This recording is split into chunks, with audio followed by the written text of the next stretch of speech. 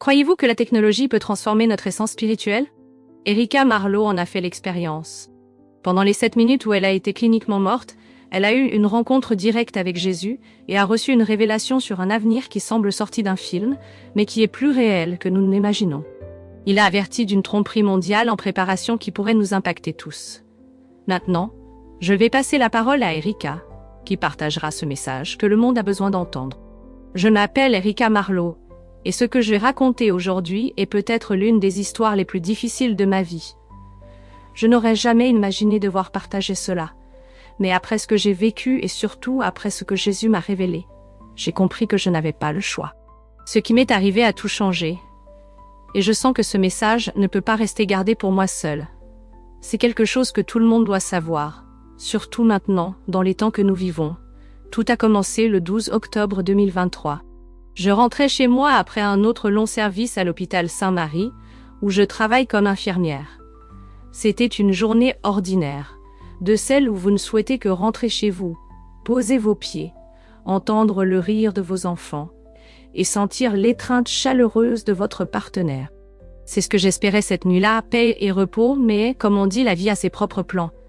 La dernière chose dont je me souviens, c'est l'éclat intense des phares venant vers moi. C'était une route mouillée par la pluie, glissante. Et tout s'est passé très vite. Le choc était inévitable. Après cela, tout est devenu silencieux. Les médecins ont dit à ma famille que j'étais cliniquement morte pendant 7 minutes et 23 secondes. Pour la science, c'est tout. Des minutes qui se sont écoulées, pendant que mon cœur s'était arrêté. Mais ce que j'ai vécu pendant ce temps était bien plus que cela. C'était une éternité. Un voyage qui a changé ma perspective sur tout. Du but de la vie au défi spirituel à venir. Et ce que Jésus m'a révélé pendant cette période résonne encore en moi, comme un rappel constant que nous devons être attentifs. Juste après l'accident, quelque chose d'étrange s'est produit. J'ai senti comme si je flottais au-dessus de mon corps. Je voyais tout clairement. Mon corps était là, fragile et brisé, tandis que les ambulanciers luttaient désespérément pour me sauver. Je percevais chaque détail. La détermination dans leurs yeux, les mouvements précis et urgents. L'un d'eux, un jeune homme aux yeux pleins de bonté, murmurait une prière en travaillant. J'ai tellement voulu lui dire que tout allait bien, que je ne ressentais plus de douleur, qu'il pouvait être en paix. Mais bien sûr, je ne pouvais pas. Il n'y avait plus de connexion entre moi et le monde physique. Soudain, quelque chose a changé. Tout autour de moi a commencé à se remplir de lumière. Ce n'était pas une lumière ordinaire. Elle était vivante, pure, comme si elle avait sa propre conscience. Elle ne semblait pas venir d'un seul endroit, mais de partout à la fois.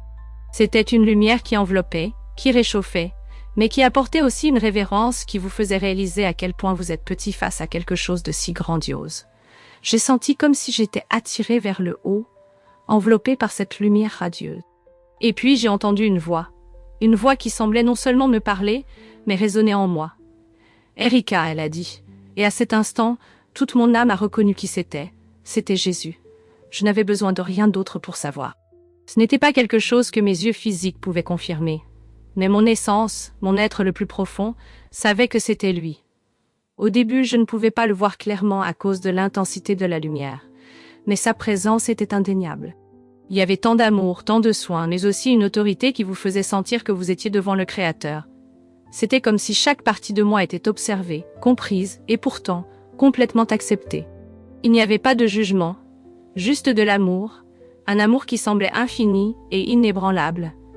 Quand mes yeux se sont finalement ajustés à cette lumière, j'ai pu le voir mieux. Il était familier, mais en même temps indescriptible. Ses yeux, ses yeux. Ils avaient une profondeur que je ne pourrais jamais expliquer. C'était comme si toutes les réponses, toute la vérité y était contenue. Je me sentais complètement connue. Il n'y avait rien que je pouvais cacher, aucune faille, aucun péché. Tout était exposé devant lui, et pourtant l'amour qu'il transmettait ne changeait pas. Il était constant. « Ma fille », il a dit, avec une voix qui semblait traverser le temps et l'espace. « Je t'ai amenée ici pour une raison. Ce que je vais te montrer doit être raconté.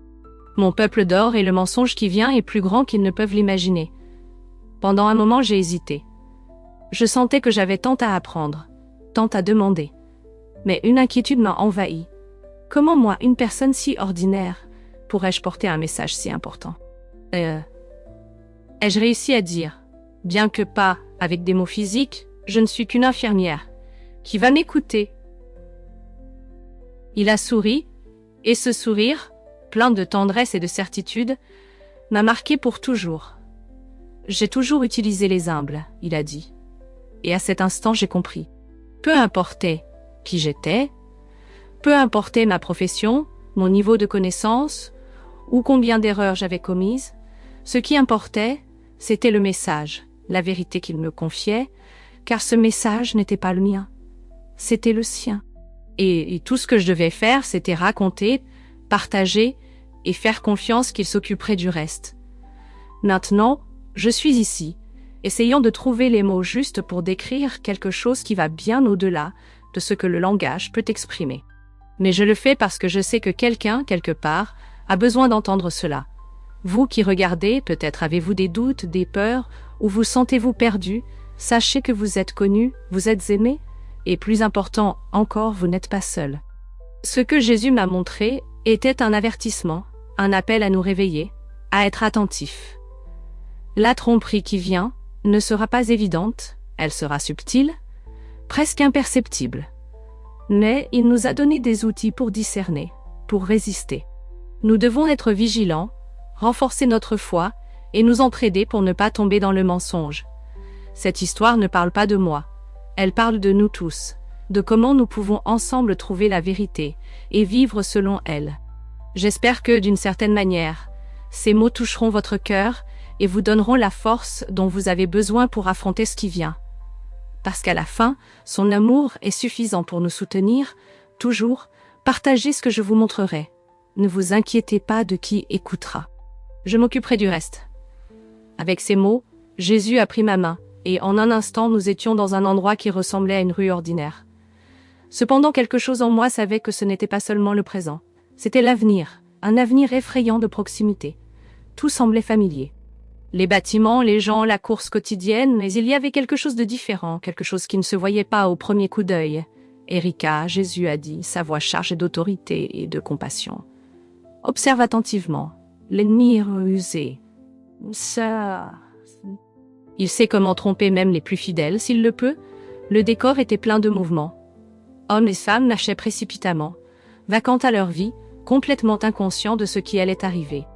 Cependant, j'ai remarqué qu'il y avait quelque chose d'étrange dans leur interaction avec la technologie. C'était plus qu'une simple utilisation. Cela ressemblait à une fusion. J'ai remarqué une femme entrant dans un café. Elle n'a pas utilisé de carte de crédit ni son téléphone pour payer. Elle a simplement passé sa main sur un capteur et la transaction a été conclue. Une petite lumière a brillé sous sa peau pendant un bref instant. « Seigneur !» ai-je demandé, incapable de contenir ma curiosité. « Est-ce la marque de la bête ?»« Non !» a-t-il répondu calmement, mais avec fermeté. « C'est le début, ce que tu vois est le chemin. Regarde comment la tromperie s'installe, Erika. Et puis la scène a changé. J'ai vu des images comme des flashs de mémoire montrant comment la technologie a été progressivement introduite dans le monde. Tout a commencé de manière inoffensive. De petits dispositifs qui promettaient la commodité, remplaçant les clés, les cartes de crédit et les dossiers médicaux, le monde entier les a adoptés avec enthousiasme, y compris les chrétiens. Pour beaucoup, ce n'était qu'un autre progrès de la modernité. Les églises ont également embrassé cette technologie. Des congrégations entières utilisaient les dispositifs pour accéder à des bibles numériques, faire des dons et s'inscrire à des événements.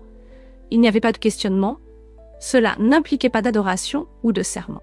Pour eux, c'était juste de la technologie, un outil utile. Fais attention, Jésus a dit avec un ton d'avertissement qui résonnait en moi. Satan ne présente pas le mal de manière évidente. Il sait que cela éloignerait mon peuple. Il sait que cela éloignerait mon peuple. Au lieu de cela, il se déplace lentement, comme un serpent enroulant sa proie peu à peu. Les images ont continué. La technologie évoluait rapidement. Les dispositifs sont devenus indispensables, surveillant la santé, prédisant les maladies, régulant l'humeur, et même les schémas de sommeil. Tout semblait incroyablement avancé, presque miraculeux. Tout ce qui brille n'est pas or, Jésus a dit, alors que j'observais les avancées avec étonnement. L'ennemi est un maître dans l'art de créer des pièges déguisés en bénédictions. J'ai vu des parents implanter ces dispositifs dans leurs enfants avec des larmes aux yeux. Pour leur sécurité, disait-il, maintenant nous pouvons savoir où ils sont, surveiller leur santé, les protéger. C'était une promesse de protection dans un monde dangereux, surtout pour les plus vulnérables. Seigneur, ai-je demandé, comment pouvons-nous avertir les gens? Tout cela semble si utile, si inoffensif. Comment les convaincre qu'il y a quelque chose qui cloche? Il m'a regardé avec une tristesse si profonde que j'ai senti mon cœur se serrer. C'est la plus grande tromperie, a-t-il répondu. L'ennemi sait que mon peuple rejetterait quelque chose d'évidemment maléfique. Alors il vient déguisé en lumière, c'est la révélation qui a changé ma façon de voir le monde. Une leçon sur la vigilance, sur le fait de ne pas accepter tout ce qui semble bon sans discerner sa véritable origine. Et c'est pourquoi je suis ici aujourd'hui, racontant cette histoire, pour avertir, pour ouvrir les yeux de ceux qui sont prêts à écouter, parce qu'à la fin, tout ce qui brille n'est pas or. Et il faut être attentif avant qu'il ne soit trop tard, comme un ange de lumière promettant des solutions aux problèmes, offrant une vie plus facile et confortable. C'est ainsi que l'ennemi travaille. Alors que j'observais, je remarquais comment la technologie s'était infiltrée dans la vie des gens, les changeant de manière qui, à première vue, semblait insignifiante. Ceux qui possédaient les implants en dépendaient pour tout. Pas seulement pour des choses pratiques comme les paiements ou la sécurité, mais pour quelque chose de bien plus profond. Leurs émotions, leurs décisions et même leurs pensées étaient façonnées par ces dispositifs. C'était comme s'ils n'étaient plus totalement libres. Jésus a pointé une scène qui, à première vue, semblait normale. Une famille était réunie pour le dîner, parents et enfants, assis à table, quelque chose de si commun et réconfortant. Mais il y avait quelque chose qui clochait, vraiment. Leurs conversations n'avaient pas la spontanéité d'une rencontre familiale. Elles étaient froides, comme si elles suivaient un script. Leurs émotions semblaient contrôlées. Les dispositifs influencent même l'intime. Jésus a dit, ils façonnent les pensées, régulent les sentiments et créent une dépendance. Le libre arbitre est lentement retiré. Je n'ai pas pu retenir mes larmes. Ils ne réalisent pas, Seigneur. Ils ne voient pas ce qui leur arrive. Non, ma fille. Ils ne voient que les avantages, une meilleure santé, plus de stabilité, moins de soucis. Ils ne comprennent pas qu'ils échangent quelque chose de précieux, la liberté de choisir, d'aimer, pour un confort éphémère. La vision a changé. Soudain, j'ai vu des scènes de lieux à travers le monde. Dans chaque culture, cette technologie était introduite de manière différente. Mais l'objectif était toujours le même. Créer du contrôle. Dans certains pays, les implants étaient promus comme des avancées médicales. Dans d'autres, ils étaient liés à des incitations financières. Et dans certaines sociétés, la pression sociale était le principal moteur. Ceux qui n'adhéraient pas étaient considérés comme dépassés. Comme quelqu'un qui ne suivait pas le progrès. J'ai vu comment ceux qui remettaient en question cette technologie étaient ridiculisés. On les appelait des théoriciens du complot, rétrogrades, ou simplement des personnes qui avaient peur du changement. Même dans les églises, ceux qui soulevaient des préoccupations étaient réduits au silence. On disait qu'ils ne faisaient pas confiance à Dieu, qu'ils manquaient de foi. Mon peuple périt par manque de connaissance. Jésus a dit, sa voix pleine de tristesse. Ils ont oublié mes avertissements et ont oublié d'être prudents comme les serpents et simples comme les colombes. Ils ont accepté la sagesse du monde et négligé celle qui vient d'en haut. La scène a changé à nouveau. J'ai vu comment les enfants étaient façonnés par cette technologie. Leurs pensées, leurs émotions, même leur spiritualité était affectée. Ils grandissaient sans questionner, acceptant les implants comme faisant partie de qui ils étaient. Les écoles enseignaient que ces dispositifs étaient naturels, essentiels pour leur avenir. Ils étaient encouragés à faire plus confiance aux dispositifs qu'à leurs propres instincts, plus qu'aux conseils de leurs parents, plus même qu'à la parole de Dieu. Seigneur, ai-je dit d'une voix tremblante. C'est dévastateur. Comment les gens ne s'en rendent-ils pas compte?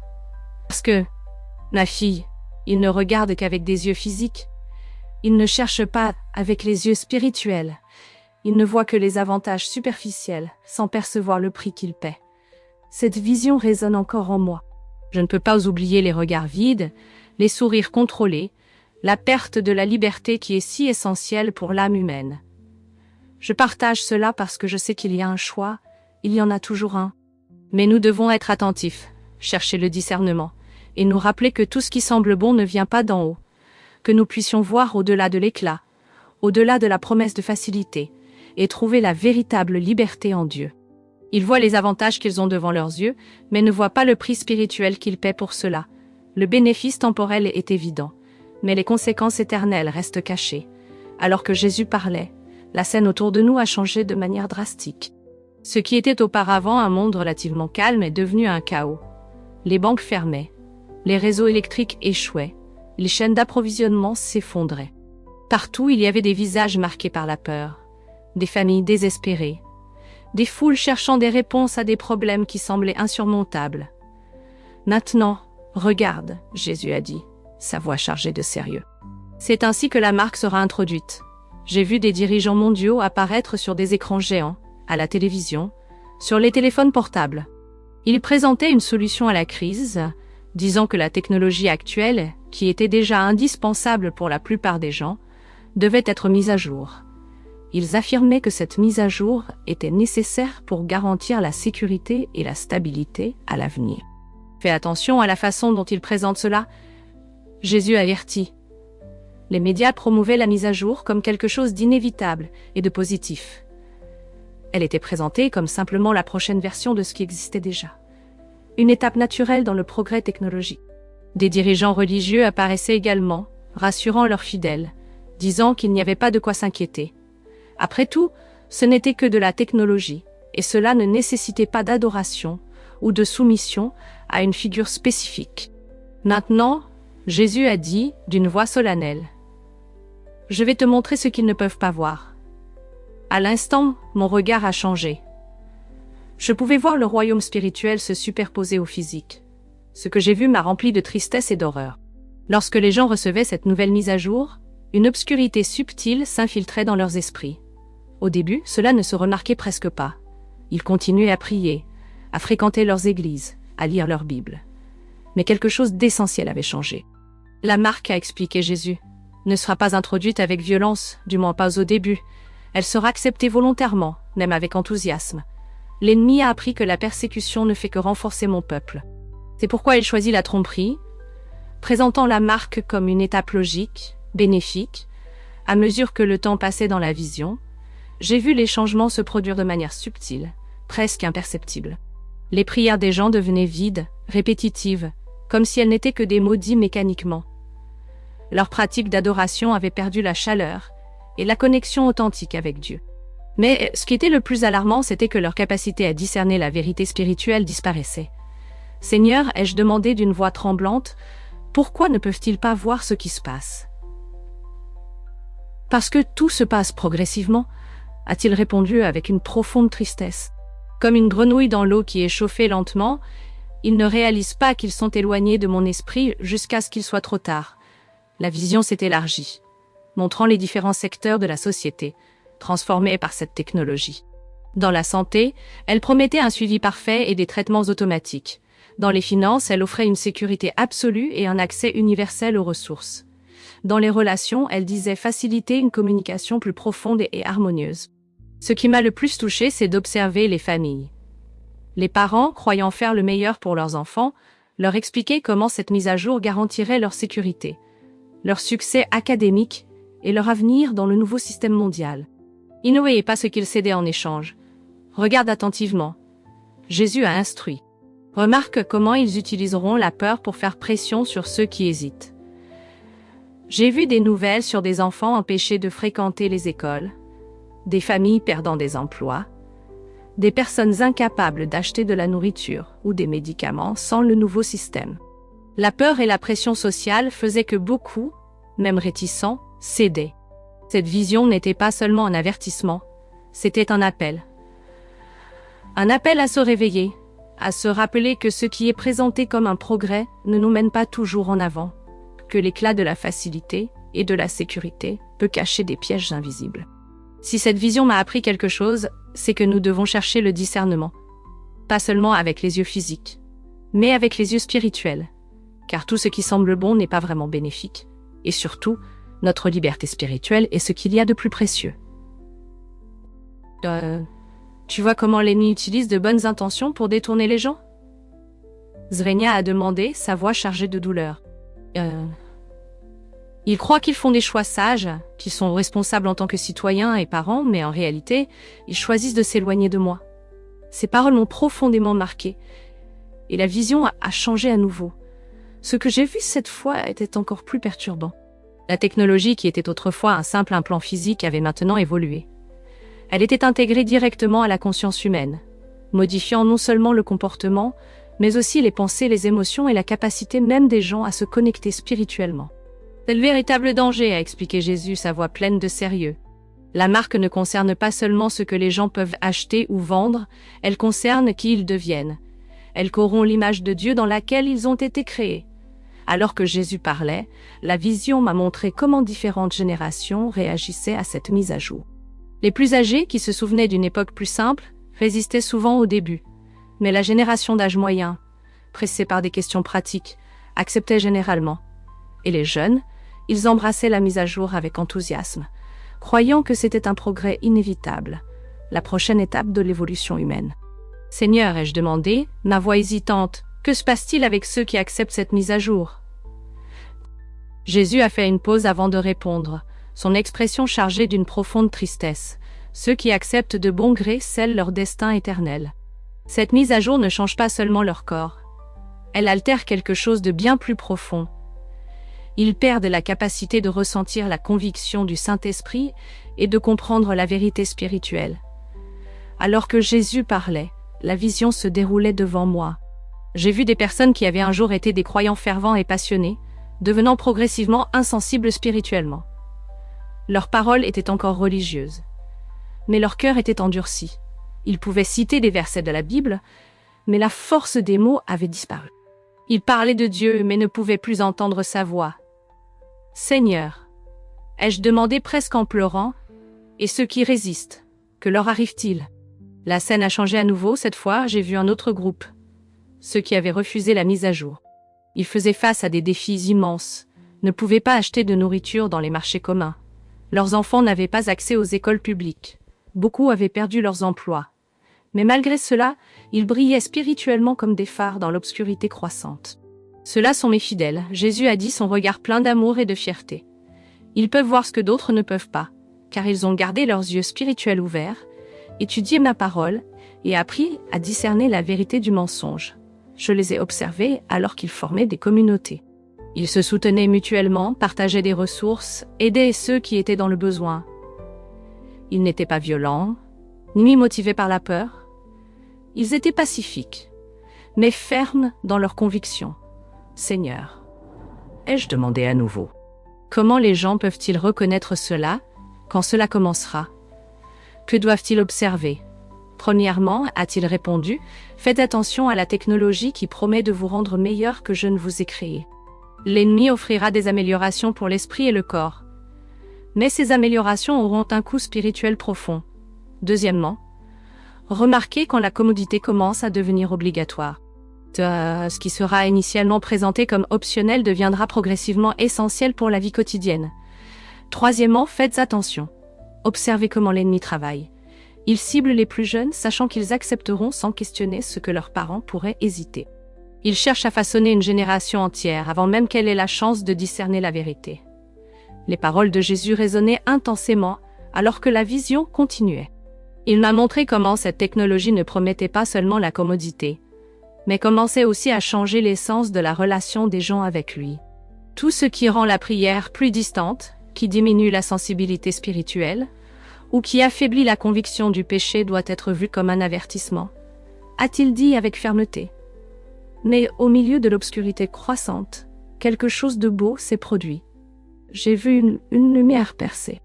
Au milieu de tout cela, ceux qui refusaient la marque étaient pris en charge et protégés de manière qui ne pouvait être décrite que comme surnaturelle. Mon peuple ne sera pas abandonné, Jésus a assuré. Tout comme j'ai pris soin d'Élie dans le désert et des Israélites dans le désert, je prendrai soin de ceux qui me restent fidèles. J'ai vu des anges entourer les maisons de ces croyants.